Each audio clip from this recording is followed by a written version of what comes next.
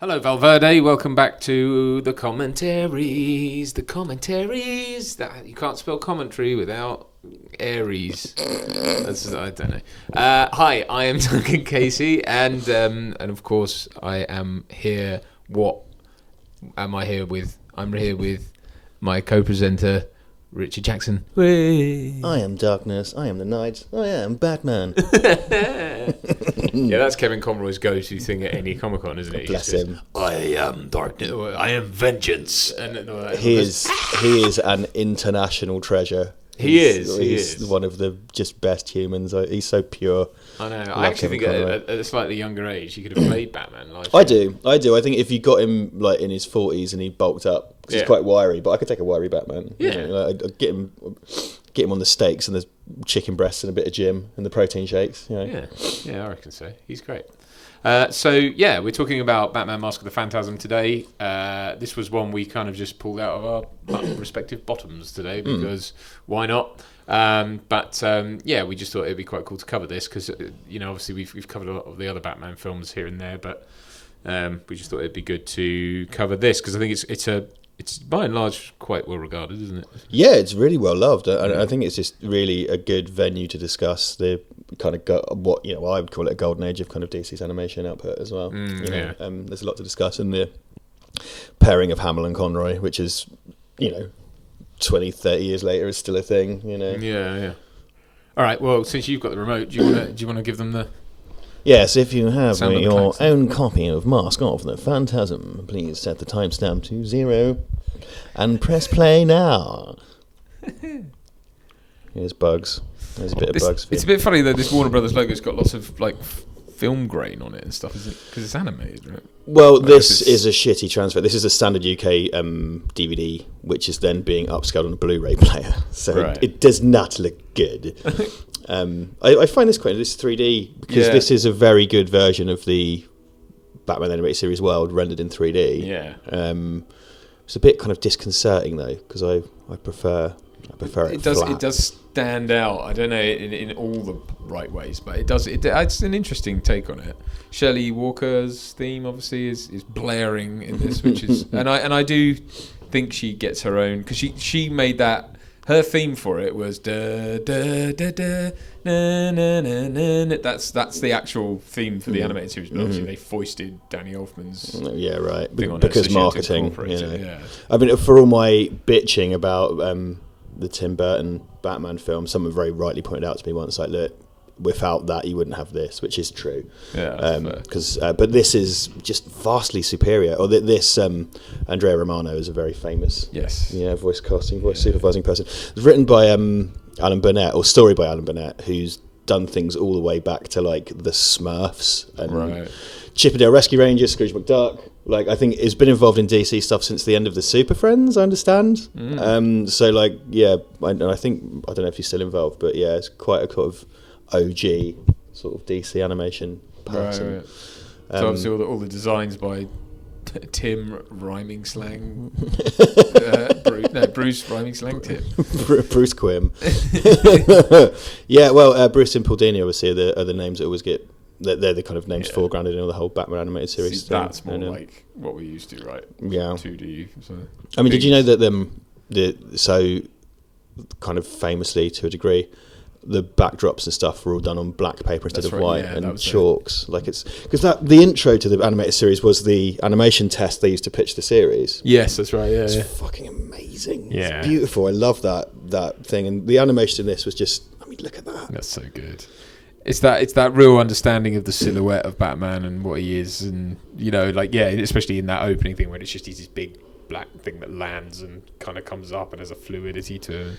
Yeah, and it's very rooted. Like, I mean, Warner Brothers' kind of legacy, if you like, is a bit of a shit word of American animation, because obviously people talk about Disney, but Warner Brothers as well has this immensely long-winded history of animation going back to Chuck Jones and so forth, and they have all the toys to play with. They have this incredible kind of back catalogue, and it's kind of like Disney in its own way. I mean, we seem to be at the moment not having any kind of active Looney Tunes stuff. But then again, Disney are only just sort of doing kind of these Mickey Mouse cartoons at the moment. Yeah. It's like, how often, when did you last see like a Mickey Mouse film? Or,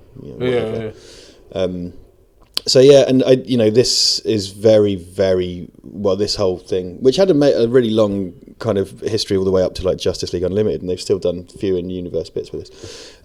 It's so influenced by Fleischer, the Fleischer brothers, Max Fleischer, and the the Superman cartoons. There are so many visual callbacks to that. Yeah. There's an episode of the animated series called POV. Do you remember that one? And it's where it's Bullock and like a beat cop both discussing the animation of her. She looks exactly like Lois Lane from the Fleischer cartoons, right. And she has that kind of. Is that Montoya? Looks like, or is it? No, it's just a random beat cop. I think, right. Or maybe do you know what? Someone's going to go. Actually, no, it's not a random beat cop. It's someone from such and such issue of Batman. Yeah. Fair enough. Sorry, mea culpa.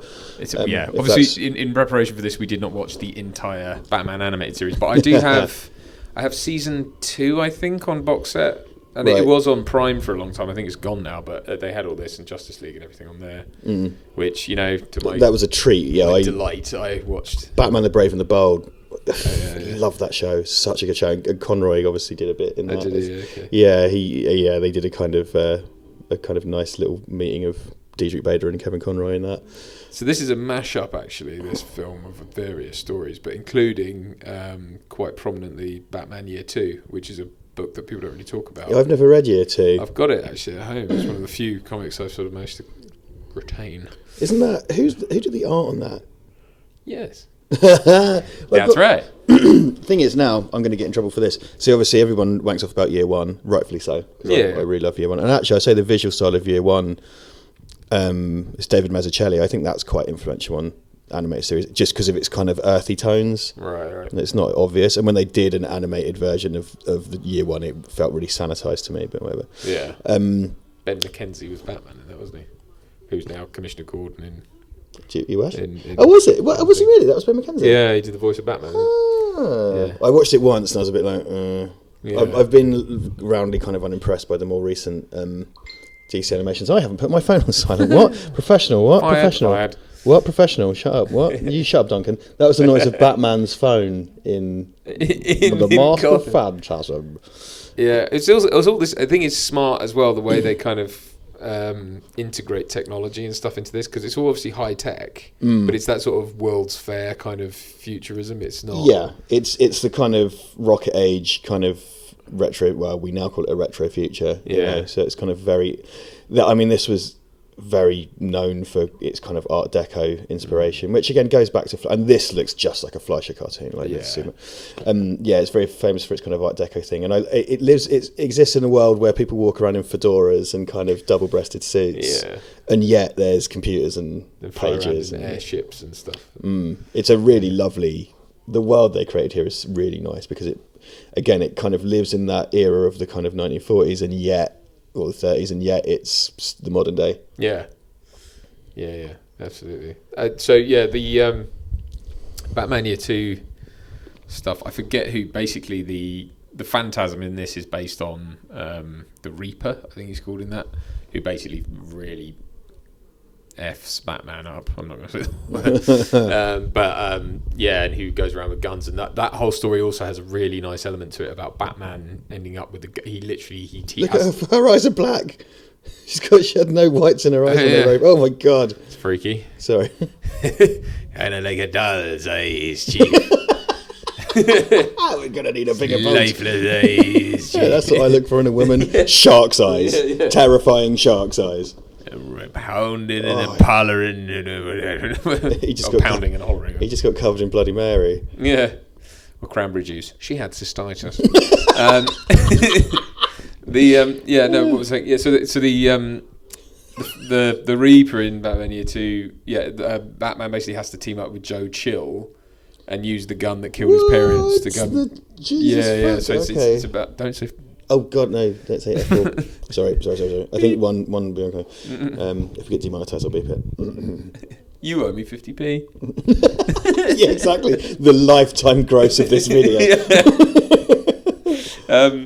So it's. I think I like that book a lot, and I'll lend it to you. I'll take it out and bring it over, and you can read it. It's really good. It's not that long, but it's got some nice stuff in it. With Batman having to like grit his teeth and work with Joe Chill. I remember seeing it on the shelves and never kind of bothering with it, which is on me, really. I think the Reaper kills Joe Chill as well, as a way of saying to Batman that you can kill him, it's okay, kind of thing, and he then robs him of that agency. And I think that's sort of something they did obviously in Batman Begins, which is he was going to shoot him and then. Right. The mob gets him first and stuff. So, but anyway, Batman Mask of the Phantasm. The Waynes do have a really rad grave. Yeah, I mean, I wish I had a cool grave like that.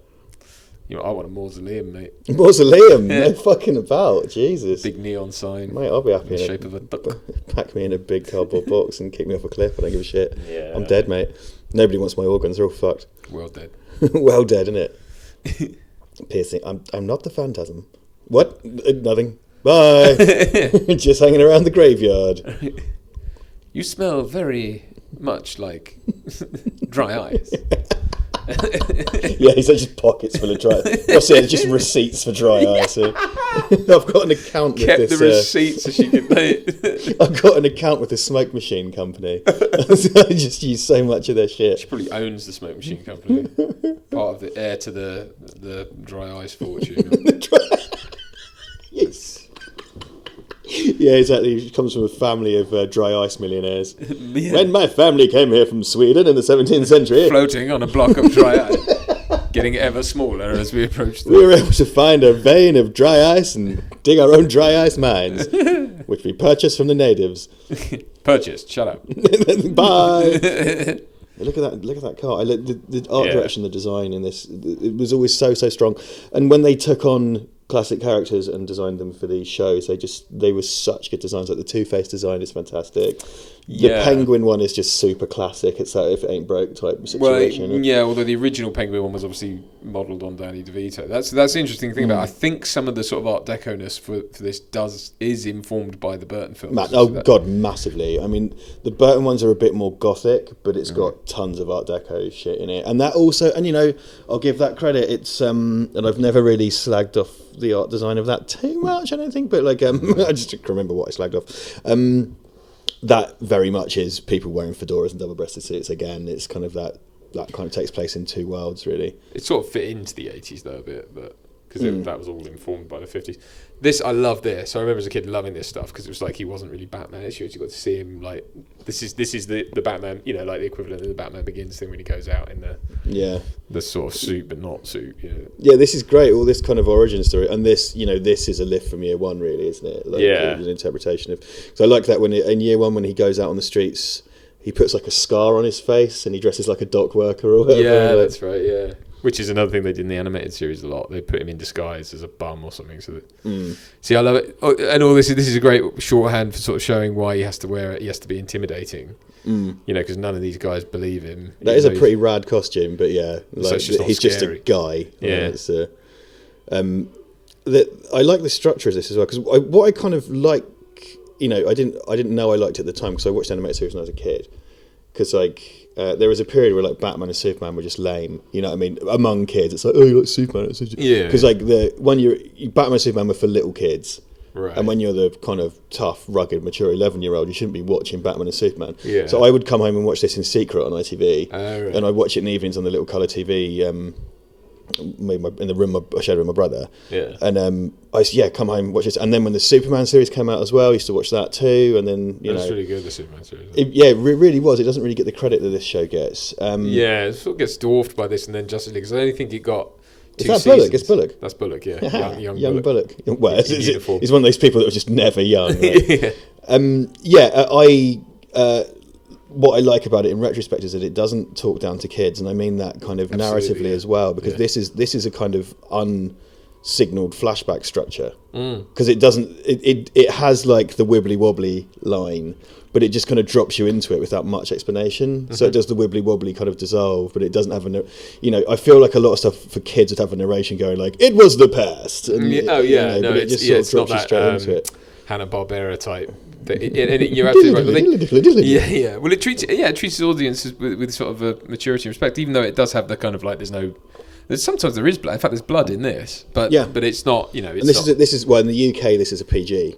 Yeah. Rating, so it's a little bit tougher. And I think this film got a limited theatrical release. It was essentially a straight to video. It didn't come out on like Christmas Day or something. Oh, did it? Yeah, right. Mark Hamill tells the story of going to the cinema to see it, and there was only like 3 other people in the cinema, so he said, "Oh, come and sit with us." And so some people got to watch it with Mark Hamill, but apparently they just cocked up the marketing for it. I think they didn't really market it, so it kind of came out for a week and then was gone. And it's just creatively, this is such a beloved. Film, so and it's arguably one of the best Batman stories, I think. And it encapsulates, and it's an example actually. The thing we were sort of decrying with Spider-Man 3 that we recorded yesterday was the whole thing of like having so many characters is one thing, but to have such a long runtime and still not do anything, and have moments of boredom and stuff. I think this manages to do all of that without ever being ever feeling like there's any shoe leather, and I guess there can't be in animation. There can't really be stuff that's just boring and useless. If you're cutting big chunks out, it's like a bunch of Korean animators spent 7 months making that, sort of threw it out. Because this, and it's in this hand drawn style. It's kind of minimal. It's kind of pastel colors often on the characters, and then kind of block color. But it's just this. It's just got such a good language, like visual language, isn't it? I think. Yeah, they're really so nicely directed. I mean, they have very strong visual storytelling in terms of, for example, what this show did a lot, and we've already seen it a couple of times from 2 different characters, is you show someone emerging from a low angle. So, the person being intimidated is taken from a low angle, so the hero or the Phantasm looks very vast and like a monolith because it's a shadow, coming out of smoke or whatever and bearing down on them. And the imagery of shadows consuming things is a kind of something they used a lot. And they faked out the kind of the classical Hollywood thing of where you take your female lead and put a strip of light across her eyes. Right. They faked that out in animation just there. Yeah. Which also, by the way, is one of my favourite gags from the Addams Family films, is whenever you, no matter where she is, Angelica Houston always has that strip of light on her eyes. Yes. So you get imagery of shadows, which again is... I bang this drum a lot. It's film noir, which is in itself German expressionism. Right. Okay. I mean, that shot, this graveyard, is fucking Dr. Caligari. Okay. It's everything. It's skewed angles. It's mangled perspective, and the Caligari sets were literally painted sets. Wow. This is animation. Sort of Wes Anderson does that as well, doesn't he? In a different way, but but it's very constructed. Yes. It's that kind of expressionistic kind of thing. Yeah. Do you know who's it? Hart Bochner is in this, or Hart Bochner? Yeah. Ellis from Die Hard, who's directed a bunch of stuff and whatnot. And I think Stacey Keach, I'm pretty sure, is in this as well. Yeah, Hart Bochner's way more prolific than people give him credit. Man works, he does all kinds of stuff, man. All kinds of stuff. For him. More good for him, but also... more gooder. Oh yeah, Chucky Saw. There's a lot of the gangsters in the sort of... The lesser gangsters in this are very kind of like... Shut up over there! Sound like they're all like stifling farts all the time. The absolute great line in Dirty Shitters in this universe. I can't poop. They doop. Oh. So it's like a fucking Fritz Lang movie or a Robert Vine movie. Like Vine. It's it's so rooted in that world, and it's mad really. It's kind of. Let's repackage classical Hollywood for kids. Batman via the medium of classical Hollywood, something of course that Warner Brothers are very steeped in. Weirdly enough, so Peter Lorre, the actor, who's European actor, he was in Casablanca, which Warner Brothers have been dining out on for years. They used to put references to him in their fucking Looney Tunes cartoons. Language. And, oh, God, Jesus, thanks, Dad. I'm terrible. Yeah, no, that's bad. And obviously he was in M, the Fritz Lang movie. That's very tenuous, but, it's there. Yeah. I do like the Phantasm design is cool. The mask's a bit like Casey Jones, eh? It is actually. Kind of slightly... I like all this sort of stuff because, when you see things like that where the Phantasm kind of... put up a smoke screen and the thing apparently just shot through it and it was still there, and it's like all that. It's like, again, I love exploring kind of whose perspective we're viewing things from, and it's like, is it as Chucky Soul would retell this story if he survived, obviously, right? Like, is that kind of, he just disappeared and then he wasn't there anymore? It was probably just a trick of the eye, but to the audience we have to see it like that, if that makes sense. Yeah, no, right, absolutely. And that's, the episode POV deals with that head on. Yeah. And a lot of how, I don't profess to be the biggest Batman expert, because obviously there are nearly 100 years worth of stuff and people are really into Batman, but particularly the way Frank Miller dealt with it was that, it's like, and it was carried over into Batman Begins. It's like, Batman's a magic trick. You need to make them think they've seen something. So they do it in the Tim Burton film. Like, they have the sketch of a kind of big Nosferatu bat monster. Yes. And then similar in year one, there's kind of like, oh yeah, he had fangs and he was 8 foot tall and everything. Well, and then in Batman Begins, they literally do it because the drug makes people hallucinate as well. So they even play on that. I really liked that. When you see Batman on the drugs, it's like just this nasty tar monster. With like a gargoyle made of tar. Yeah. So good, that. I tell you what else I like, because this is a bit more kind of gun happy because it's a movie, but what I did like in the Batman animated series was that, people were getting punched and knocked out and there were guns and stuff, but it was never kind of evil, because, Batman hates guns, and Batman was like, didn't need guns to fight, and it wasn't sort of like overtly grim, I suppose is what I'm trying to say. Well, I think the great thing about Paul Dini and everyone is that they had this real sense of character for, none of all of the villains' motivations, bar maybe the Joker, but that's deliberate, were very clear to everyone. Like the two-part Two-Face story is so tragic. I remember seeing that as a kid and thinking it was just the most brilliant thing ever, because it was like they really put the work in with him as a character, and it was like the tragedy of two friends, and like that, something that I just thought they got so right in this, and actually something that they kind of missed the boat on in Dark Knight, really, is making them great friends. And it's like, to put them at odds as adversaries, and like why Batman's conflicted over what to do with him, and so it's like that's all smart writing and interesting, and it's just like the only thing with that is I love that all as well. I just found the big bad Harv stuff was a bit on the nose. Like having him already fractured as a man. It's cool because what I do like about that is because it's about his kind of childhood, and they really go into sort of like deep-seated trauma. But like having him already being a split personality, I felt was a bit... I think part of that, though, was to show that like this is what is going to tip it, like to show that that's already in him. Because it would be a bit out of left field if he just suddenly became gruff and grim and nasty. And the whole point is that once he's literally a physical embodiment of two things, it's like... he has no filter anymore. His face isn't a filter. It's like that's but literally both your personalities on show, and he can't delineate anymore. So I guess there's more to it. I mean, I know what you mean. It did feel a bit when you see it for the first time. He's in therapy or whatever, and he's flitting between the two. But actually, I kind of like it as a. I mean, like, overall, I really like Batman. For fuck's sake. I mean, for flip's sake. Oh, God, okay. I am going to try really hard. Sorry. Yes, don't go hang around the Wayne's grave in costume, mate. You can go whenever you want. Yeah. Like, sorry, don't. That's not the one, mate. I'll have the Big Mac and fries and McFlurry. Yeah, and could you give me some more oil for my hair? I love that shorthand for like dark hair with this sort of blue line through it. Because I remember when the toys for this came out, and of course I was all over it. Like the Joker, especially, because the Joker had basically black hair, but it had a green streak through it to show that it's green, but you're just not seeing much light on it. I love that shot. I mean, he's a bit obvious there, isn't he? Again, hello. This Batman is not terribly subtle, is it? Hello. I'm not spying. Hey there, Batman here. Yay. I am the night. I am vengeance. I am the night. Yeah, I am Batman. It was on that shot. That super detailed, but the super detailed kind of chalk. It's kind of like when John Kay used to do those hyper realistic, not realistic, those hyper grotesque close ups on things. Yes. Where suddenly you cut in and there's flip tons more detail. Yeah.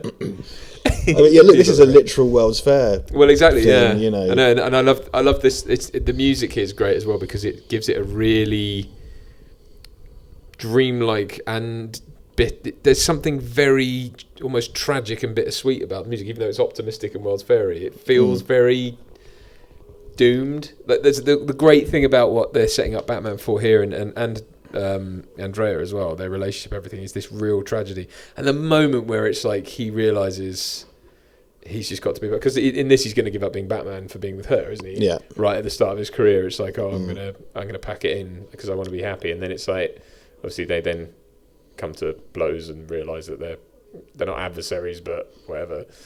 And so him having to like bin her off. Oh no, it's not then, is it? When is it? I can't remember why he decided, but basically, he's like, he did. They have to do the kind of break up later. Yeah.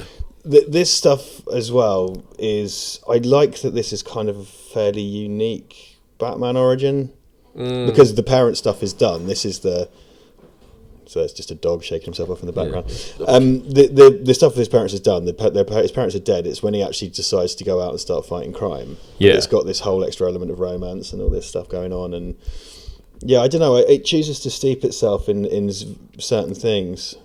Alfred's looking way kinky. It's in a kind of Max Mosley costume.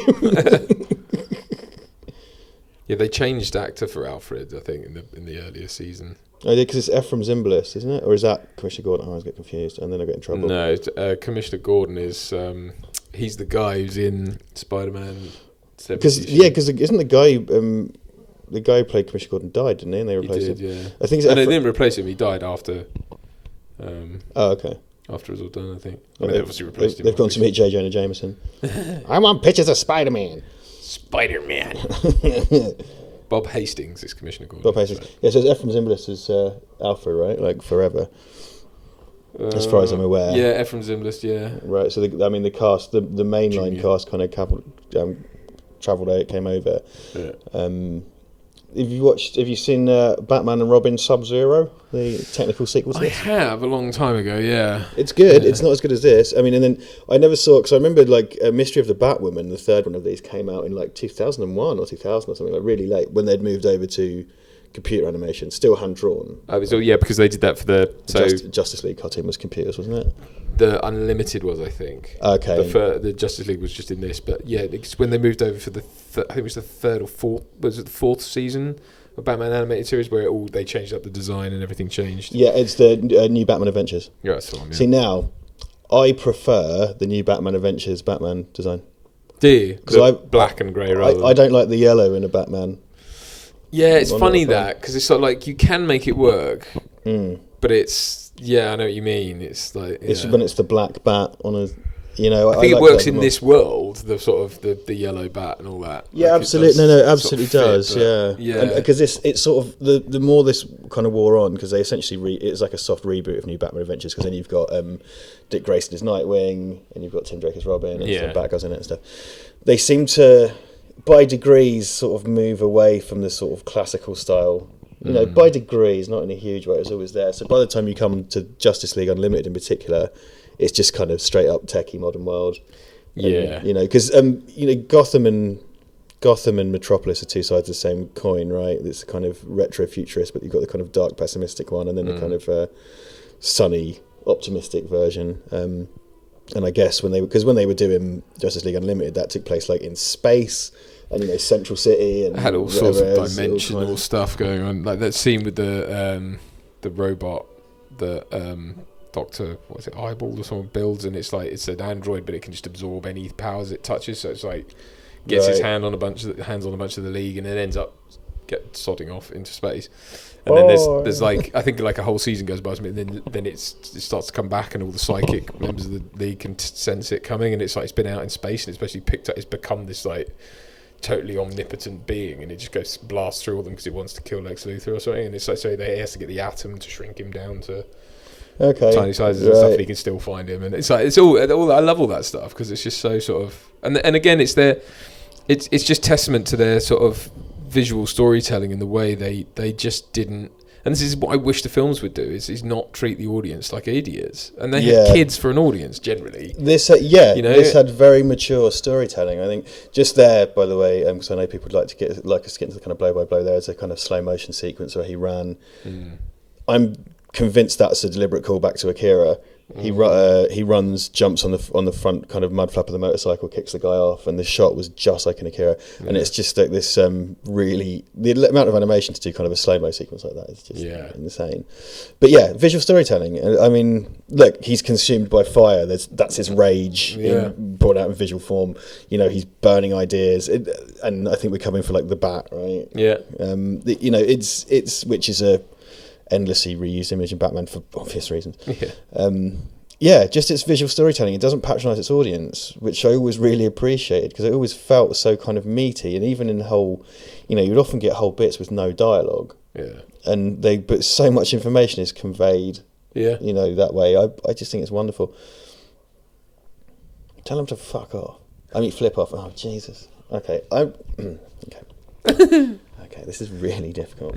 Our shoot yesterday was an absolute flipping disaster. Deeply unsuccessful. But as we let on the stream, we damn fudged up.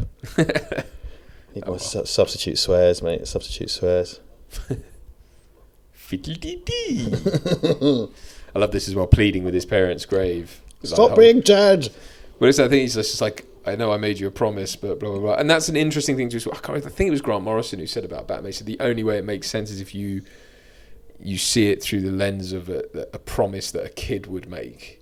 Right. That he can't keep, because that's the only way Batman makes it. An adult would never choose to do that. There are so many other ways of fighting crime, but it's like, it's because he made a promise and he just cannot break it to his parents, and it was made as a kid. So it's like, and I was like, that makes just that little sort of slanted take on it makes so much sense. It's just like, it's funny how I think generationally we're forced to kind of rationalise these things over and over again, because when they come up with this in the 1930s, like Batman and Superman are both dressed, the whole, it's got pants outside, it's their trunks, it's a circus strongman thing, and they're rooted in that Depression era thing. And you know what, in the lawless, messed up Depression, it's like, well, I'm gonna fight crime. It kind of made sense, and it was just aimed at kids anyway. Then, but it's one of these things that it's not just, certain things you could say have matured with their audience. Like this matured with his audience. They died, so it matured with another audience, and then they died, and we're like 80 years deep. So it's been kind of. I think also that like things like movies and stuff like this required you to go to money people and put a business case together as to why it needed to be, a big budget film or something, and it's kind of like. And they'll, the prevailing wisdom was why only kids will turn up to see it, and it's like no. Not just them. It's like you can make this for other people, but you have to, come at the characters a different way. Well, it's much like comics. Animation suffers from the concept that, these are two interchangeable things. Comics / animation are for children, and why? Yeah. Someone want to explain that to me. They're not, because what are comics? Well, it's superheroes and it's jokes and it's cartoon animals. It's like, no, comics aren't a genre; they're a medium. And animation isn't a genre; animation's a medium. That's where you have things like Persepolis or whatever. If you want to be a real fupping, pretentious barse about it, you can. Talk about Jan Svankmajer or stuff like that. Like, you can dig deep into it, and it still goes on. And I think as a culture that's suddenly become aware of, now we have the mainstreaming of superhero stuff. I kind of hope the side effect of that is people wake up to the fact that animation isn't just for children. And I hate that I have to say that in 2019. I think Spider-Verse and stuff is helping to turn the tide, and I do think. Obviously we're examples of people our age, and we totally appreciate it, and I do think it is. I just whether or not in the sort of popular mind, whether or not that's true. In a way, I kind of enjoy it as a niche little thing. In a way, I like the feeling of it being niche anyway, even if that's not true. But I do love it as this sort of thing. I love that as well. The cape design was so clever, because it was like when he covers himself, he's just this one big block of. Yeah, I mentioned this on this. I don't know if probably the Spider-Man 3 episode we've done isn't out yet, but we touched on Venom briefly, and it's not what the Spider-Man animated series did, but in the comics, like Venom is like a void. Yeah, it's just black. It's an absence of something. And when Batman's kind of wrapped in his cape in this often, and again they make him look like a kind of like a limbless kind of monolith. It's an absence of something. It's a blackness. It's a black hole. Because really, what's he doing? Yeah, he's running around beating up muggers dressed as a bat. Yeah. And it's all, unlike Superman, it's all based around this kind of darkness. He looked a bit like Chandler Bing there. Oh yeah, so he's have some cigarettes. Larabees. Fills your teaser. Smoke with me, darling. That's right. So, look at that rack. Look at the size of this rack. Did I mention I'm a billionaire? You see, darling, I'm rich. Yeah, you should have more. Just ruin poor old Kevin Conroy's performance. Replace it with that. It's like, I'm darkness. I'm the night. I'm Batman. I'm Batman. Kiss me, darling. sort of foreshadowing stuff. Oh no! You get lots of bats around Cambridge. Yeah, it's quite cool. You get they just gotta go like that. I don't understand really why they're that scary, but it's just the image, isn't it? Yeah, they're in my hair. Quite cute, really, when you. Yeah, well, they're rodents, aren't they? They're quite cute little things. So, I mean, those ones with the kind of crazy noses that you get. Oh yeah, those are pretty freaky looking, but I'm sure they're lovely. I saw a video of someone like, these cute animal videos you get on Facebook, or whatever, and it's like a woman sort of like nursing a bat. Oh. And it's just this little bat. Oh yeah, where they get a little bottle of milk. Right, and being here we go. Look, there's the Joker.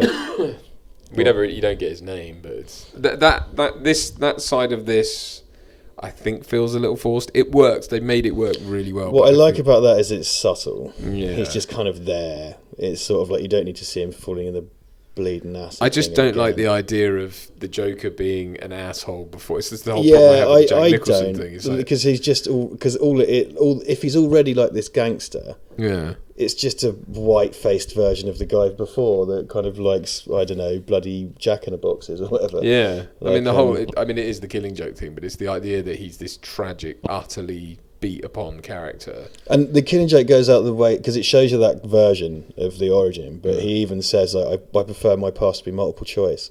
So actually, that could all be crap. Yeah. Yeah. Thomas Wayne looks hella like Commissioner Gordon, doesn't he? Yeah, something going on there. Wait a minute. Sure what. Martha. Oh, God. Yeah. You're letting them kill me.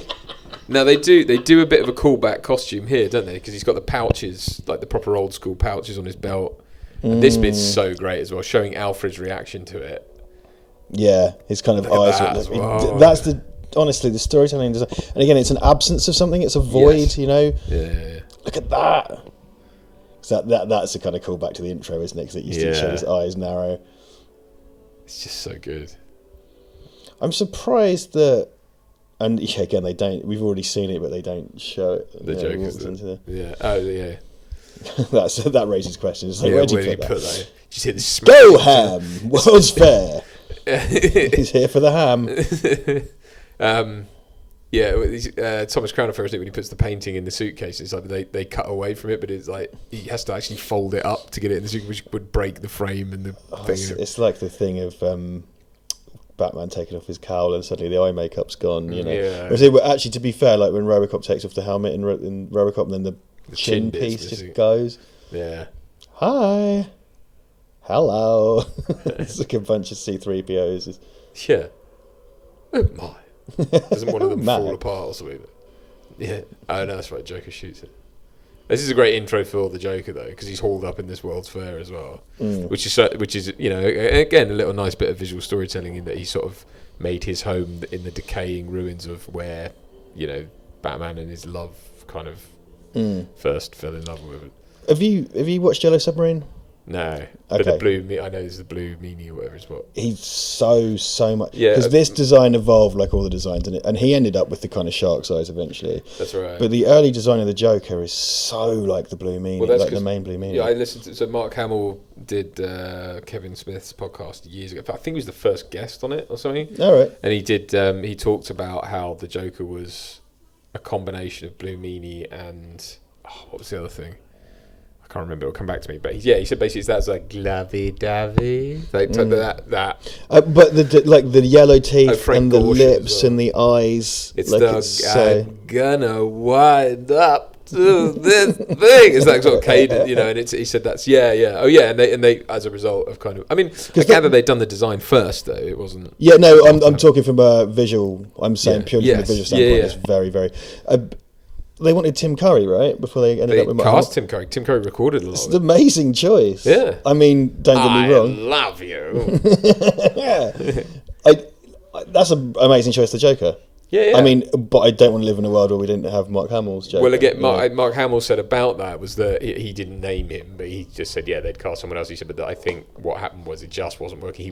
He'd come off of, apparently he said he'd done it, because I think Tim Curry had done a Captain Pugwash cartoon or something. Oh right, okay. And he said he just was sort of doing like he was like, "Come on, boys!" It was that sort of like so slightly piratey. Yeah, and I just think That's it. I mean, because he could have done like a live action Joker as well in that time. I mean, I think he would have done a really nuts. Tim Curry. Tim Curry. Yeah, I don't see why not. Because he's got that kind of big. I mean, look at Frankenfurter in Rocky Horror, right? Very in that. Well, I gather he basically was obviously played Pennywise, and that I think it was. Oh yes, of course. I probably should have gone there, shouldn't I? That kind of voice that he did. It was that sort of like, you know, hiya, Georgie. It was that kind of that was his Joker as well. So it's kind of that is one thing. So like I watched this when you know this series and these movies when they were around when I was a kid, and then it was quite some time later when I found out that was Mark Hamill. And it's a same testament to his lovely shot there with the background goes red. You see his rage. It's pure expressionism in this film. It's expressionistic filmmaking. It's flipping amazing. I had no idea it was Mark Hamill, and then I was like, what, like Luke Skywalker, Mark Hamill? Yeah, I remember seeing the credit and being like, no. As in, it's just meant to be another guy called Mark Hamill. Because it's completely transformative. Yeah. And A, I had no idea as a voice actor, and B, it was just like, that sounds nothing like him. And at this point, he was only, he was about 10 years off having done Skywalker. Yeah, right. Like, if that, you know, I mean, what was Jedi 83? Jedi was 83, yeah. When did this series start? Like 91, 92. Right, okay, yeah, so it's really not far off. I just couldn't believe it. And then his talent, because he's been... I've heard some decent kind of remarks about the new Child's Play film, in which he's the voice of Chucky, and you know that is Brad Dourif, all over, right? But like, if you were gonna cast someone else in a voice role, Mark Hamill. Mark Hamill is a creepy robot doll because it's a robot in the new one. That's really great. Like I'm all for that as a cast. It's a bit of Vimto there. No Vimto. God damn it, woman! It's 11:00 at night. I like the impression as well, though, because it's like when they made him all black, like as in instead of blue, you lost some of the edging, because it was like here you can use that to highlight it, because it's like you know, when they say like midnight blue on camera looks blacker than black because it's got an extra depth of colour. We just taped a bunch of cats together. But you know what I mean. It's that sort of thing. So here it's kind of like where there's light falling on him, you can see it's a very dark blue. Yeah, sort of iridescent kind of film kind of misrepresents colours a lot. Yeah. But yeah, and it's that kind of, I can't remember I think it's like Dave Gibbons or someone. Gibbons? Who was it? It was someone. So the debate around Judge Dredd stuff, right, is like, is his uniform black or is it blue? Right. And I can't remember which artist said this, but they were like, well, okay, by that token, is Superman's hair black or is it blue? Yeah. Because, you know, it's like you discussed earlier, right? Like, it's the blue highlights. And the Joker's hair is black with that green streak because it's actually sort of a dark green and you're getting the reflection off it and stuff. I mean, I would say... Well, we know actually that, you know, because of Judge Dredd, the movie, it's blue. Exactly, yeah. The definitive version of Judge Dredd. I love that clunky camera that it's like a tiny little film studio inside a... And his face as well, a big rictus grin. That's something they really, you know, that's such a grotesque thing about the Joker to do. And they do it so well in this. They lean into it a lot in this. This has one of the best shots about him as well, when he jumps on the car and he's still in his old school, because there's a flashback coming up, I think. Oh, this chase and stuff is amazing. Look at that shot as well. Yeah. A sense of perspective. Amazing. Again, and that was something from German Expressionism. It was warped, constructed perspective in paint, and you know, it's but it's so much better because it's the size of the moon and it's just stupid. So I still, I tell you what's the more recent Batman design. So you know, the kind of just the black bat on the chest. Yeah. They've done that with the yellow outline around it. So if you imagine that, I like that. Do you? It's the disc I don't like. I never liked that disc thing. Okay. I'm not into it. Which I know is like an immensely classic thing, but I've never been into it. Yeah. I prefer over the black bat, and I just think the yellow trim looks really cool. Yeah, no, it looks like sort of piping. Lemon piping. Yeah, I'm not as big a fan, I have to say. I generally I prefer because you get it in this as well when it flashes back to his earlier bat costume. He's got just the bat and the pouches, belt, and everything. the justification in Dark Knight Returns is that it's a target for people to aim at. It's got there's loads of perhaps unnecessary rationalisation. Yeah. But then that is just as he says that, it's because he catches like a magnum load in the chest, right, and it reveals the weave. Yeah. But then why not make the whole costume out of that though? It's just a big helmet as well. He bins off that costume, of course, and then goes into like what we now know as the Dark Knight Returns, which one of the things I kept doing, like every like Batman game that had the unlockable Dark Knight Returns costume, I'd always go to the Dark Knight Returns costume. Yeah, same. Yeah, when you look at the cape and the cowl in this, it doesn't actually make that much sense because it's shown there when it's pulled back to have just this circle around his chest, but then when he brings it forward around himself, it's got it's clearly got a divide in it. So it's like, how does that doesn't add up? But it's one of these things that it changes depending on the situation, doesn't it? It's got a slight element of shark repellent bat spray. Look at those crazy futurists, like it's so cool. Fascist SWAT team. Like that's really cool. I mean, I think the thing. Yeah, the animation style established here is so heavily accented on lighting. Yeah, I'll tell you, it's a good example. So I really, really love the 90s Spider-Man cartoon, right? And that was my intro to Marvel, really, that X-Men cartoon, because they did really good condensed versions of the comic stories that were quite long form as well, because they would go in arcs, right, over multiple episodes, whatever. This show was doing similar stuff in that it was taking classic stories and retelling them. The big difference is the visual style of the Spidey series. I do like it, but it's quite bland, and it's for the most part the lighting is flat, the mood is flat, it's pastel colours, the movement's not as good, and they're sort of just they haven't. This is such distilled great visual storytelling. There's no shoe leather, and yet you feel like you're getting absolutely everything you need, plus style, plus all that. And you're right. I'm insistent, of course, that the Spidey cartoon is fantastic. I love it. But like this, it suffers so much compared to this, because this has this amazing the old pummel horse on a rope trick. This has such strong visual style and just accent on lighting and construction and just expressionistic turns. The Spidey cartoon's strength was in its writing, and that had constant Peter Parker inner monologue, and it's like, wait a minute, what's Kingpin doing here? And like, I gotta go save Aunt May. Which is a show I want on streaming somewhere. I'd love to just sit and plough through that. It definitely had the feeling, though, of being a kind of Stan Lee's Spider-Man, like properly. And then obviously it ends, doesn't it, where he meets Stan Lee. He meets Stan Lee, Excelsior! Bless him. I've been hard on Stan Lee, but I'm not going to disrespect the dead. That's not on. I've seen so many articles, and it's kind of like, why didn't Stan Lee have a cameo in Far From Home? And it's like, you might want to sit down. Really? I have some news for you. Yeah. Because they got one in Endgame, didn't they? Yeah. But it's sort of like, you can shoehorn one into Endgame for obvious reasons. You've come to the end of this big long thing. But I think he shot it anyway. I think he shot the Endgame one. Oh, he did? Yeah. So it was just... You know what, guys? He's not going to be doing any more of those. And I've got some bad news about quite a lot of people. As well, like there's just drawn out shit copy that's in one of those articles where it's like, you may think that Stan Lee is in every Marvel film, but the giant, they come up with some stupid pretentious name. Actually passed away in 2000 and diggity thing, and I'm a fudging twat.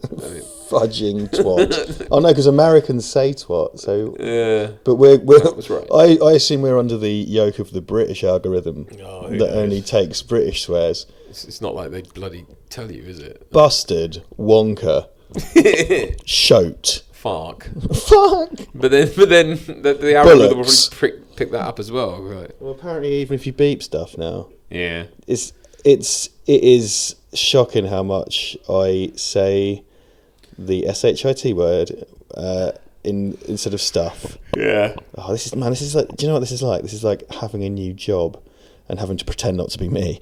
That's basically I give them about 6 weeks of fake me till I get bored, then I just turn into scumbag me, and then it's too late. What you really want to do is wait till the end of your probationary period, and then they're stuck with you. Then you can get legal if they try and get rid of you. Do you like this as a sort of origin for the Joker? I don't. I'm not into gangster Joker stuff as on the whole. Being definitive about it is too much, and it's too much because this Batman sort of puts his hand over his face and just looks at it. He's like, the chin, and then looks at it and he's like, and then he just draws the eyes on, doesn't he, in a smile, and he's like, it's the Joker, and it's like, no. Yeah, it's a bit like you didn't need to do it. I think he's nobody. If you're going to make it that reveal to Batman as a character, it has to mean something. It doesn't really mean anything because he's just part of a gang. Like, it just feels like they had this like obligation because they're doing Batman's origin. They have an obligation to do the Joker's origin. And is it in this or is it in a different one? I'm sure it's in one of the feature length ones, but I may be wrong. Where he goes into that guy's office, the Joker. I think it's in this, and he goes up to. He's at the desk, and it's like he kills him with his bare hands. But all you see is from behind him, sort of doing this and bringing things and like reaching his arms out and grabbing at him, and can't really tell what he's doing. But it's like he kills him essentially, and I think he ends up with a Richter's grin and all that. And it's like it's really dark. Like it's really dark. And even though he's not like punching him, he's not doing anything like that. But it's like he's just grappling with him, and he's literally killing him with his bare hands, and it's like fudging hell. This I mean, the show, obviously we're in PG town at the moment, but this show always skirted that line. I always Alfred just likes to watch. Having to come in and walk off. It skirts that line because it's always adult. I mean, because look, that's the classic thing of so people have sex, you pan up to curtains blowing. Cut to the morning. What I always want there is like you pan up to the curtains blowing, and then you just smash cut to like a bare ass, like hammering away. Like the I have to say, like, and I don't know if I don't think I'm a prude, but I do find that like it's so unnecessary to show sex all the time. Like I just think it's done for salacious reasons, and it's like I think it's much better to leave it. It depends on the context. Yeah, I think because some things need to do it, some don't. Sometimes it's important to the story, sometimes it isn't. I mean, I'm not. In all seriousness, I'm not against like actual sex in films if it's appropriate. Not porn, because porn's great, but that's his own thing. But I mean, like mainstream films that have actual sex, if it has a reason, because I think it's a really important part of the human experience. It shouldn't be in everything. I'm not saying we should have like full penetration in Mission Impossible 6. But well, it's just I've seen things recently as well. Like my wife seems to find these TV shows or whatever that are just full of dirty, like Power. We watched Power and it's dirty. Excuse me. And it's just like shagging all the time, and it's done as a shorthand to show that they're in love. And I'm like, I don't think that's necessary. Okay, I mean, I don't watch enough. What's more important is the aftermath the following day, and all that. You don't need to show like bare assholes and going up and assholes, Duncan. Yeah, like, bare assholes. Pumping assholes. Pumping arseholes, yeah. Pumping iron. I guess I don't watch enough TV. I'm not sure. Personally, for me, it's the Joker. Oh no. That's too on the nose, and I dare say it's a thing they kind of had to do, but I don't think it's that good. Yeah, I just sort of think I find it better when the Joker's a nobody because it makes him harder to place, and I think I kind of liked the way the Dark Knight handled that in that they kind of went like, well, look, it's ambiguous. He's already fully formed. He's absolute already. Well, just when you think you've got a handle on him, you don't, and that's his power essentially. This scene that I was talking about earlier. There's a freaking blue meanie. Yeah, we got a blue meanie in the house. Yeah, over here. Love me. Like, it's all that kind of stuff. What's the one where he's like, he goes nuts and then he goes, "Who's for Chinese?" Like, it's just it's so. That's the dangerous side of this joke. I mean, I understand that they have to be different. They have a line they have to skirt and everything with him. And it's like he can't be. So the whole point is just like he can, because there's that episode with the nobody guy who accidentally gets involved with him, and he has to be like his family gets relocated and all that. So that's a great little study of the Joker, isn't it? So good. And it's like because he owes him basically, doesn't he? He's like he has to give him an IOU, and it's like years later, and he's been put in witness relocation, and then he calls the favour back, and it's to like kill Batman. Yeah, and he's this little nobody guy, and it's just I love those little.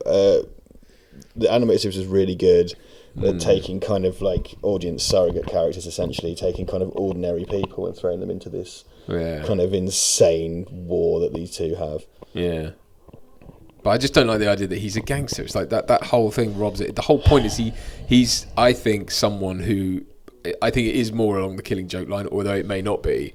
But he's this guy who just lost the plot one day, and that's what makes him so dangerous. And for him to have sort of already been a gangster, for him to already be a criminal, because like if nothing matters to him, particularly material gain. Like he doesn't rob banks for the money; he just does it for the hell of it. Like, because it's something to do.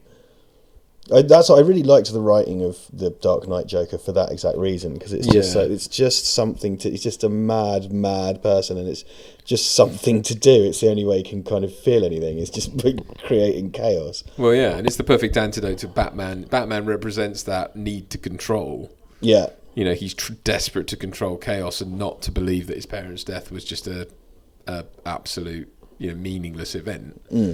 And it's like the Joker shines the light in that. Yeah, look at this. That we cut. I think. Look at that. Yeah, okay. That's horrible. He's just grappling with him, and yet he ends up dead. So it's like, it's horrible. Well, isn't it's great. It's what you don't see. Isn't it? It's a little details. You see, a bunch of the lights are off in the hospital sign. Yeah, and it's just sort of like, this doesn't quite work. This is a bit broken. Like, I know he doesn't kill him. Well, he does. He gives him the. He puts some Joker up his bum. Yeah. Yep. Yeah. He's been taking that nos. I thought he killed him. No, I was wrong.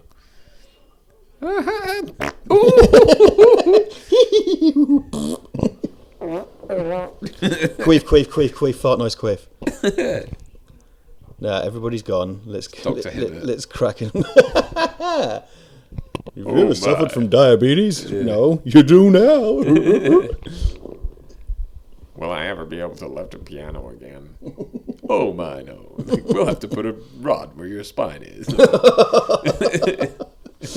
Oh, The Simpsons can be so grim when it wanted to be. Yeah. Do we really need all action? I suppose you know your business. Mayhem. Hey, where are you throwing me? Where are you throwing me? I'm allergic, sir. What was it? Bee stings cause me to die. Yeah. It's like pedal fast this minute into the hospital, and then they collapse, and they come out and look at the two of them and get Mr. Burns. He's got that big swollen face. Yeah. I love this as well because it's a proxy for talking to the Joker. Like it's like the guy is sort of laughing and giggling and being nuts, and it's like he sort of almost looks like the Joker a bit as well. And again, colour palette in this scene, there are distinct colour palettes from scene to scene, and this is moonlight, so it's kind of blues, it's the opposite end of the scale. Sometimes you get the more kind of tungsten lights, but this is the kind of cooler end. Yeah. And this feel, again, and I don't want to use it as a whipping boy because I love the show, but the Spidey cartoon didn't do that, and I think the Spidey cartoon was more concerned with telling longer stories. I don't know if pound for pound there were more episodes in the initial runs, I don't know. Yeah. But it didn't do stuff like that, It did. It was very good. Yeah, it was very good at being a sort of comic book writ large, or sort of an animated comic. Whereas this is very filmic, very rooted in a cinematic and its style. Stories were short, it had overarching stuff, but for the most part, it was kind of like single episodes or a couple of multi-parters that were setting up something. Or Spider-Man? At this, Spider-Man was kind of like here's an 8-episode version of the Clone Saga or whatever. Which is, has its own place, and there's nothing. Yeah, I think that has its own merits. There's a lot to be said for that. I very much believe that. But this did a different thing, and it's a lazy comparison because they're both superhero shows. But this, I don't know, and maybe it's just having the mechanisms and the clout of Warner Brothers. You can kind of do that. You can do this kind of rich kind of. Because it's such a great thing to watch as a kid, because you just don't feel patronised. It's not stupid. Yeah. It's not because there's a room for that as well, like stupid kid shows. You know what? It's not stupid at all, but a show I really love with Cat Dog. Do you remember Cat Dog? Yeah, I do remember that. Yeah, Cat Dog was just a fun, silly premise, and it's your classic double act of two stupid people, but their predicament is one thinks he's smarter than the other, and he's not. Yeah. Just in that instance, they're a cat dog chimera. Yeah. I love the way the phone's dancing, and it's like, is it because he's laughing down it so much, or is it just because of the explosion? Well, it's probably the explosion, but that's a great way as well. Like with the explosion, that they always had. There's so much weight to all the explosions and the movement. You always got a sense of like in the back when he's jumping off a moving thing or he's landing on a thing. There's always just so much. There's weight and there's movement to all of it. Which is, again, not to use it as a whipping boy, but the Spider-Man cartoon didn't quite have. I don't think it didn't have that sense of you know, when Batman lands, he sort of lands and regroups. You know, it's like when he jumps off a speeding thing, you get a real sense of where everything is. And yeah, the sense of space and time. You know, again, it's really kind of cohesive. I think that's it. Of course, Harley Quinn is a creation of this show, which has been folded into the comics and now in the movies. And abused. Very man. I've even seen like, the Suicide Squad version of Harley Quinn. I've even seen a Harley Quinn in Sainsbury's across the way from my house. You know, that's insanely pervasive. Many Harley Quinns on Tinder as well. But you know, that's obviously captured. You know, that version. I think Margot Robbie's really great in that role. Actually, I just don't think that film's very good. But that version seems to have captured the imagination particularly. But that's something that I just don't think it works in film. You know, it's like they're going through the motions. Absolutely. I know. I think it's just not her with a better script. If you were casting someone, I think she was. I Really just don't good. think it translates. I mean, it's like, you know, at one point they even put them in the actual costumes. Yeah, and it just looks right. it looks cosplay as hell. Yeah. It's just like having your fucking cake and eating it. And the whole calling him Puddin' and stuff like that. It's like he's a Joker with tats. It's like no, that is awful, and he's awful as well. Yeah. But I think Margot Robbie is a good choice. It's just not. That's a bad film. I like her a lot. It's just she's great. One thing that you know that. Well, something that this show did in a show for kids was create this like awful, abusive, toxic relationship. Yeah. And like, because he like slaps her about, throws her out a window at one point, talks to her like it's punches her. Awful. She comes back for more all the time. Yeah, exactly right. And it's this really horrible, toxic thing. It's like, again, it's like, hey kids, it's the new Batman show. Just beating her up with a Bologna. Well, again, I love all this stuff. There's consequence to this, all this ending stuff, all this fight stuff. It's like the Joker later on is missing a tooth. He's got blood pouring out of his mouth as everything's burning around him, and it's like, oh my goodness. Oh yeah, doesn't he drives that? There's a great bit of that because he turns that turbine on or whatever, and Batman drives his bike into it to turn it off, and he literally like lets go of it in midair, and it goes fine. So great, right. So great. And the fight with the little planes. Oh, I'm loving this. You see that? Yeah, it's great, isn't it? See again, those kind of shots of her right there. It's kind of they sort of. And again, in the episode POV, I think they deliberately mimic the rotoscope style because that's what, you know, Flash is all about rotoscope. And they do kind of these weird kind of fluidic close-ups on their faces, particularly the women and the hair, and it feels very much. And it could be Snow White if you wanted to make it a Disney thing and you know, whatever. It's just wonderful animation. Like it's suddenly the perspective is this giant thing that's going to eat her. Like it's. And these close-ups, and that's quite similar to kind of Superman flying into the rays in the Flash cartoons. I had all those on video. I remember I got them because I thought they'd be this amazing thing. As a kid, I was disappointed in them, but obviously... Yeah, I think it's probably more something to enjoy as an adult. Yeah. I've got a DVD somewhere, I'm pretty certain, of some of those. I used to love those. I did, but I just was, I think, initially disappointed. I think you were probably... Because the thing is, I watched them when I was a really little kid. Yeah. So it was just like... Look at this. Anything Superman. Oh, that's so good. Ba-boom. Yeah, look at that. I love all that. And just having the think about and goes Dirge next to them like that. It's so good. Foley as well. Foley sound design. Yeah, they're really good at that. I mean, they often use kind of cavernous halls and echoey footsteps and things like that. And engine noises. And, and the Joker's just when they ever show like one of the Joker's layers, and it's just full of bloody Jack in the Boxes and merry-go-rounds and that. It's just like you can imagine someone getting that on their desk and just going like, oh god. Yeah.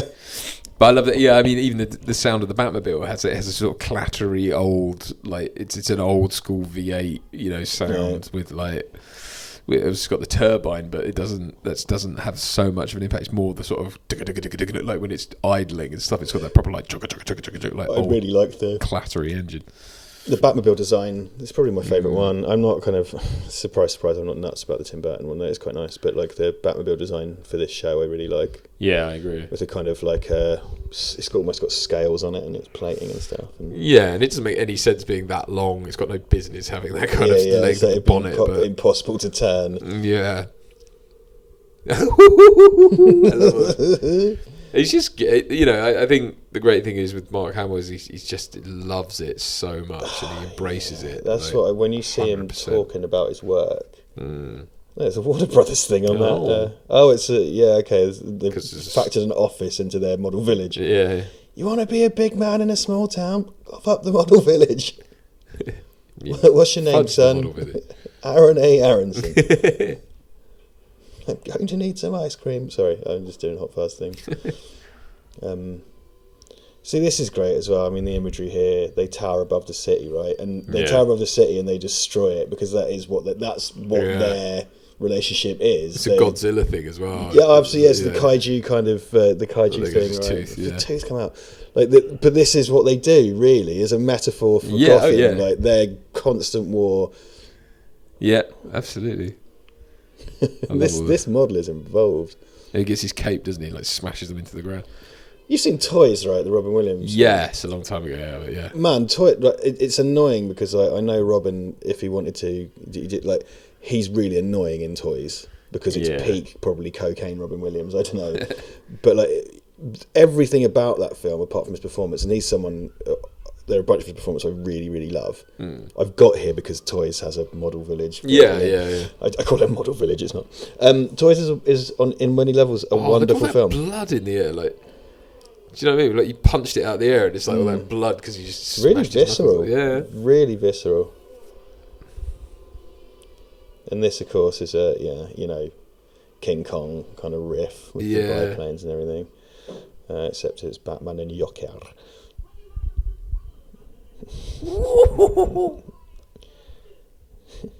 Yeah, I mean, they really changed up his design as this wore on, and he ended up with a kind of shark eye thing. And I think he didn't even have the red lips. No, he didn't. No, and I wasn't a fan. I mean, even Mark Hamill said he didn't like that design as much. Yeah, it's not. I'll be honest. I think the happy medium is between the two. Yeah, because a kind of yellow tooth blue meanie one I find a bit too grotesque, but it's it is what it is. Whereas the other one's a bit way too clean. Yeah. Hello. I'm James Spaceman. James. Love it. I love that rocket pack design. I like the as well. There's a sort of almost tradition of destroying the bat suit that went on at this point. It's like towards the end, it all has to be messed up. You know, it's like rips and tears, like they do with the Arkham. The Arkham games, the longer you play, the more messed up. Yeah, I think that's so great, and I wish they would have done that in the new one. I love that thing falls off just as he jumps off it. I think that's a great little bit of, Well, you remember I was kind of surprised that Affleck Batman didn't have white eyes. Yeah, well, he sort of does, obviously, in the main armour, like the big armour. Yeah, and in much the same way Christian Bale kind of temporarily has the... Well, that had a reason, kind of, even though not that was a nice kind of visual callback, I thought. But it's, I guess it's a live action thing because you want your actor to be able to emote, but it never did Spider-Man any harm, Well, and obviously in Homecoming, and I guess in the recent ones, they've sort of given it a reason. I love that they've split the difference between animation and live action. It's like Deadpool did it as well. Yeah, they Deadpool did it really nice. I just think they should just do it and not explain it because that's the trouble. They always have to come up with a reason why. Yeah, I mean it works just fine with Spidey because it's a techno costume. Yeah, so but why it would be expressive, it doesn't really make it. It's I think the idea is it's focusing on things for him. Yeah, it's focusing. I mean, it's I don't know.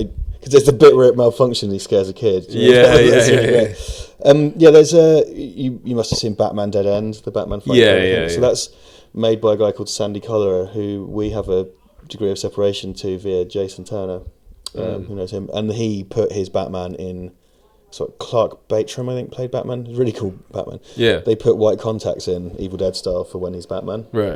And I just think it really worked. With CGI, I don't know and then not really necessarily don't have to go to pains to explain it. I mean, no, just don't. That's what I think. I just really think it just don't explain it. But I think either do the contacts thing or just explain it as he wants. That's his way of hiding. Well, dude, if you're running around with blue eyes, that's one thing they can describe you by. And this is they even show. Like Christian Bale, like they try to take the cowl off and it like electrocutes him or whatever. And it's but the thing is as well, it's like, don't you want to be ethereal? Isn't that the whole point? It's supposed to be eyes are the biggest. Well, the eyes are the windows to the soul and everything. So you don't want your enemies to be able to see into your soul. You want. Hold on. Wait. Here it comes. And I was going to sneeze. Yeah. No, I'm not now. Okay, fine. Oh, it's going to meet some Ninja Turtles, which is a film that just came out. You see that as a Batman meets the Ninja Turtles. Oh, yes, film, that's right. Yeah, which apparently is very adult and deathy. Really? Which I'm kind of like, read the room, guys. I don't think this is the one that needs to be. Yeah, because I think it's like people getting their throats cut and ninja stars in their faces and stuff like that, I believe. Did you see the Batman? Yeah, that was all right. That was all right. Yeah, I didn't mind that. Weird Joker, but and they walked that back eventually as well. But they did that Batman versus Dracula. Yes, which was actually quite good. Yeah, I quite like that. The theme tune to that was by The Edge. Right. The Edge is fine, but it's that, I don't like you two, but that had a cool kind of like. And they introduced Superman to that as well. They did, that was quite good. Yeah. And they did a flash forward where that Batman was kind of Dark Knight Returns ish, and it was like a Mr. Freeze thing, and they had flash forwards to the future. Yeah, it was cool. It was pretty good. It had legs that. I mean, I think the animation style was obviously a bit more manga. Is that right? Yeah, it was. I believe it's the same people who did the Jackie Chan Adventure show. It had that style, and then there was after Batman Brave and the Bold ended, there was kind of like a 3D animated Batman series, which I believe sort of only lasted a season or something. I don't know. It seems to have just, could be wrong. This is where people come out and say, no, actually it was 4 seasons or whatever. But it seemed to sort of just go, sort of disappear. And I remember they showed Alfred with double pistols, and loads of people got really fucked off about. I flipped off about that. I love that. That's such a look. I mean, that it's just bring a tear to you, right? And it's drawings.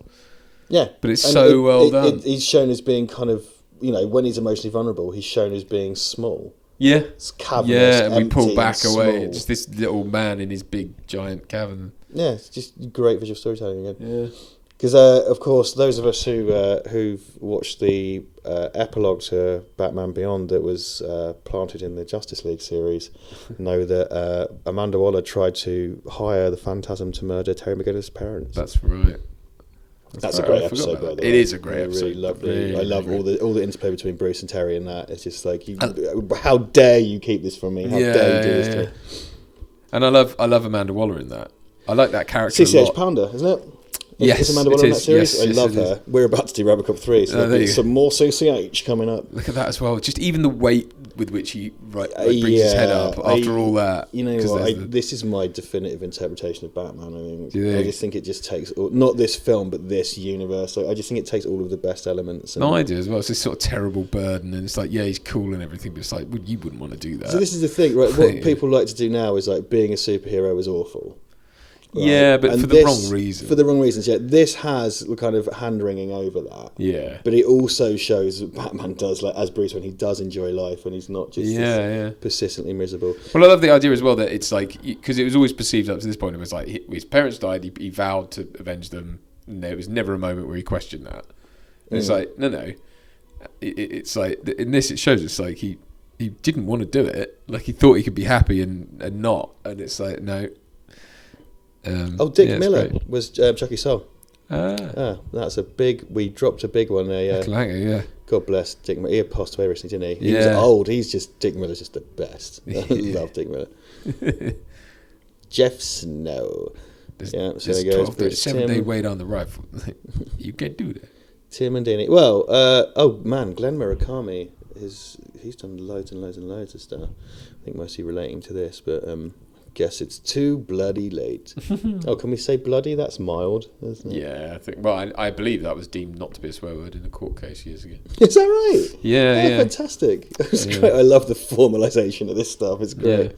Bloody, bloody, bloody.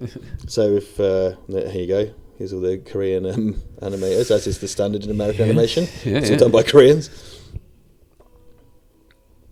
I don't know what that song's all about. This sounds like a rubbish tie-in pop song. It's a sort of handoff of the night that happened in the 90s, like with the Bond films as well. It's like, the experience of love, or whatever. Goldeneye. It's like, whoa, where did that come from? So nah, mate. Very nah, mate.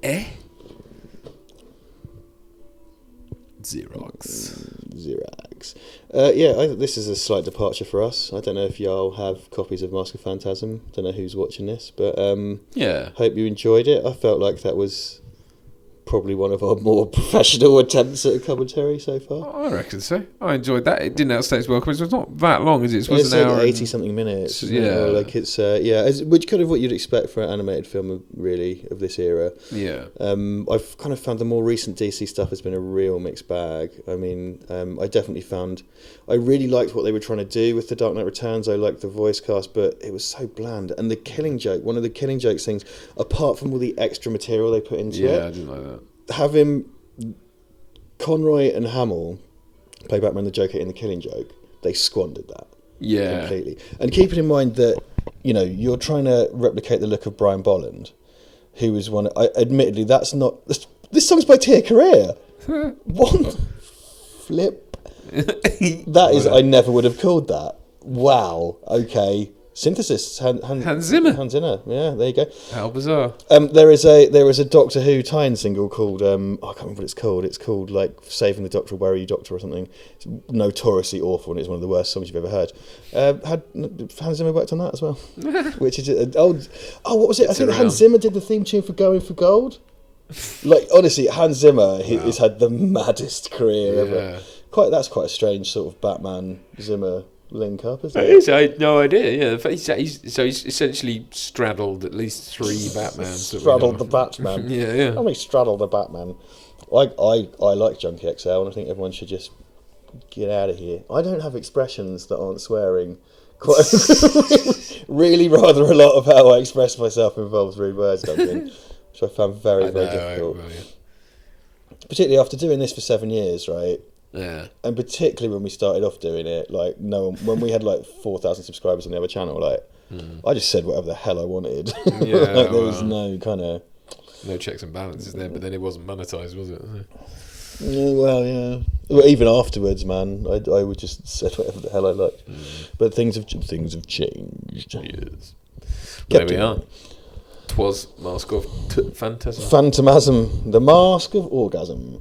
Well, I'll let you wrap up, Duncan. Oh, okay. Well, thank you all very much for listening to that. Hopefully you found it edifying and stuff. I know we perhaps didn't talk about the trivia, but there we are. See, reference a recent video that may or may not have come out. It's going to lose us 30 subscribers. But yeah, thank you so much for listening. Please check us out on Twitter, Facebook, all the good stuff. Links are all below, including Patreon and all that. We need more Patreon because obviously we can't stop swearing on here, which means we're not going to get any money. That is the worst. Not that we get any money anyway. Give us more money because we can't swear. I need more money.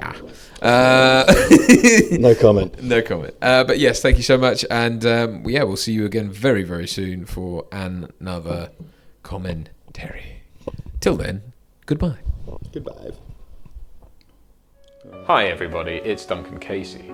I just wanted to take a moment to talk to you about our new storefront at redbubble.com. Yeah! We have all new merchandise including t-shirts. Yeah! Mouse mats, mugs, phone covers, and much more besides. Fucking merchandise! Please go over there and have a look. It really helps us out. It helps keep the lights on, keep the channel moving forward, and spreading the word. Capitalism! So please head over to redbubble.com, links in the description, and check it out. Support your 7th or 8th favourite YouTube channel by buying crap, tat, junk, hogwash and filth at redbubble.com/people/Val Verde Shop.